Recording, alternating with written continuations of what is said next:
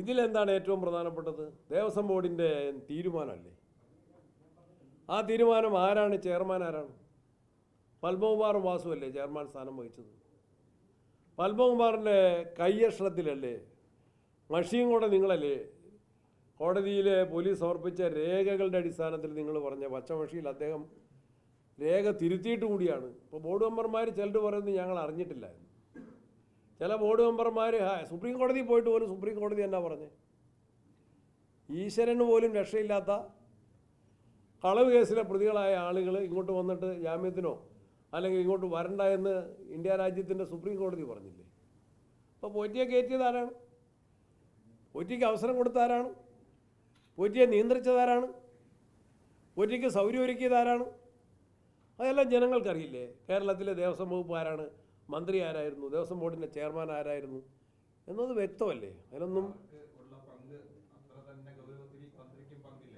അതൊരു അതിന് ഗൂഢാലോചന. പക്ഷേ രാഷ്ട്രീയ നേതൃത്വത്തിൻ്റെ ഉത്തരവാദിത്വം എന്താണ്? അൾട്ടിമേറ്റ് ആയിട്ട്, അവസാനമായിട്ട്, ആത്യന്തികമായിട്ട് തന്ത്രിയോ ഒരു ഉദ്യോഗസ്ഥനോ നിയന്ത്രിക്കുന്നതിനേക്കാൾ രാഷ്ട്രീയ നേതൃത്വം തന്നെയാണ് അതിൻ്റെ ഭരണാധികാരികൾ. ദേവസ്വം ബോർഡ് എന്തിനാണ്? പ്രസിഡന്റ് എന്തിനാണ്? പ്രസിഡന്റിൻ്റെ മുകളിലല്ല ഒരിക്കലും തന്ത്രി. പ്രസിഡന്റിനെ തന്നെയല്ലേ ആദ്യം അറസ്റ്റ് ചെയ്തത്? പ്രസിഡന്റ് തന്നെയല്ലേ ജയിലിൽ കിടക്കുന്നത്? പ്രസിഡന്റിൻ്റെ ജാമ്യാപേക്ഷയല്ലേ കോടതി ആവർത്തിച്ച് തള്ളുന്നത്? അവരുടെ കസ്റ്റഡി അപേക്ഷയല്ലേ കോടതി അംഗീകരിക്കുന്നത്?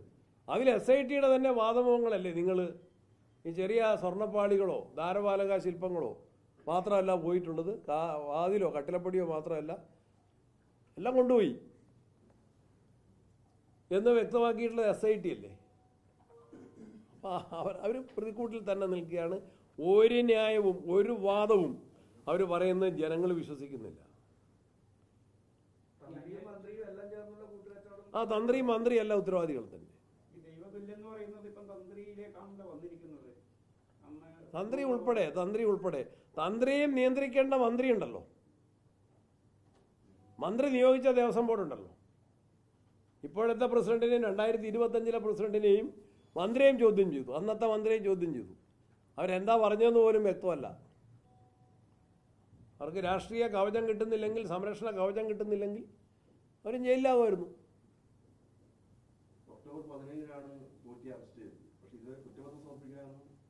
അതെ, അവരിപ്പോൾ ഹൈക്കോടതിയുടെ ഒരു വിശാല മനോഭാവം വെച്ചുകൊണ്ടാണ് ഈ അവരുടെ അപേക്ഷ അന്വേഷണ ഏജൻസികളുടെ സമയം നീട്ടി കൊണ്ടുപോകുന്നത്. ചിലതിൻ്റെ അതിൻ്റെ അനാലിസിസ് റിപ്പോർട്ടും കൂടെ കിട്ടാറുണ്ട്. പക്ഷേ ഇത്തരം ഒരു കേസിൽ നേരത്തെ വാങ്ങേണ്ടതാണ്. അതിൻ്റെ മുഴുവൻ സാങ്കേതികത്തിലേക്ക് നമ്മൾ കടക്കുന്നില്ല. പക്ഷെ പ്രധാനപ്പെട്ടൊരു കാര്യം, ഇത് നഷ്ടപ്പെട്ട മുതൽ എവിടെയെന്ന് ചോദ്യം ചെയ്യണ്ടേ? സാറിന് ഒരു പ്രതികളെ, ഒരു മോഷണ കേസിൽ പ്രതികളെ ചോദ്യം ചെയ്യുമ്പോൾ എവിടെ കൊണ്ടുപോയി വിറ്റു എന്നല്ലേ, എവിടെ ഒളിപ്പിച്ചു എന്നല്ലേ ചോദിക്കണ്ടേ? അതിലേക്ക് എത്തണ്ടേ? അത് മുഴുവൻ പ്രതികളെയും, മുഴുവൻ കള്ളന്മാരെയും ഒന്നിച്ചിരുത്തി ചോദ്യം ചെയ്യണ്ടേ? പിടികൂടണ്ടേ? അതിൽ അവിടെയാണ് ഹൈക്കോടതി ഇതിൻ്റെ അന്വേഷണ പുരോഗതിയെ സംബന്ധിച്ച ആശങ്ക പറഞ്ഞത്. ഇനിയും ഉന്നതന്മാർ കുടുങ്ങണം എന്നത് കാണുന്നത്, ജനങ്ങളും കാണുന്നത്. പൂർണ്ണ തൃപ്തി, പൂർണ്ണ സംതൃപ്തിയില്ല. ഇത്രയെങ്കിലും എത്തി. ഇനിയും ഹൈക്കോടതി പറഞ്ഞ ഉന്നതന്മാരിൽ ഒരു തന്ത്രി മാത്രമല്ല ഉൾപ്പെടുന്നത്.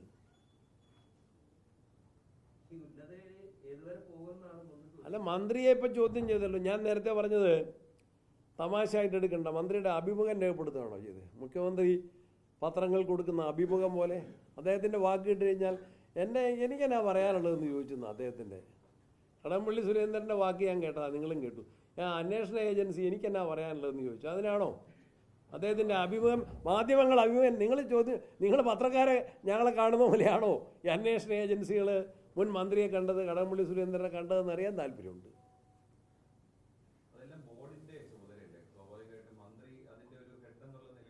മന്ത്രിയായിട്ട് സംസാരിച്ചിട്ടുണ്ട്.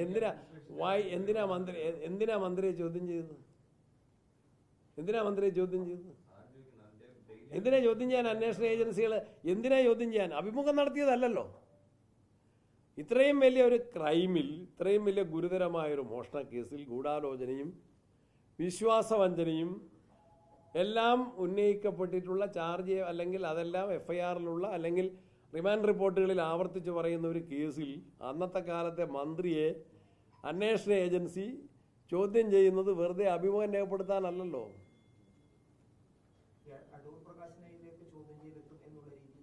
എത്ര നാളായി കേൾക്കുന്നത്? അദ്ദേഹം ചെയ്ത തെറ്റെന്താ? അങ്ങനെയൊന്നും അതൊന്നും ആരെങ്കിലും തടഞ്ഞിട്ടുണ്ടായിരുന്നോ? അദ്ദേഹം എന്നാ പറഞ്ഞതെന്താ? അദ്ദേഹം വളരെ സ്പഷ്ടമായിട്ട് പറഞ്ഞു, എന്നെ ആരെങ്കിലും വിളിച്ചാൽ ഞാൻ അന്നേരം പോകും. ഞാൻ കടകംപള്ളി പോയതിൽ ഒളിച്ചു പോവില്ല, അത് ഞാൻ രഹസ്യമായിട്ട് വെക്കില്ല, ഞാൻ നിങ്ങൾക്ക് അറിയിപ്പ് നൽകി പരസ്യമായിട്ട് എന്നെ ചോദ്യം ചെയ്തോന്നല്ലേ അദ്ദേഹം പറഞ്ഞു. അതോടുകൂടി ആ വിഷയം തീർന്നില്ലേ?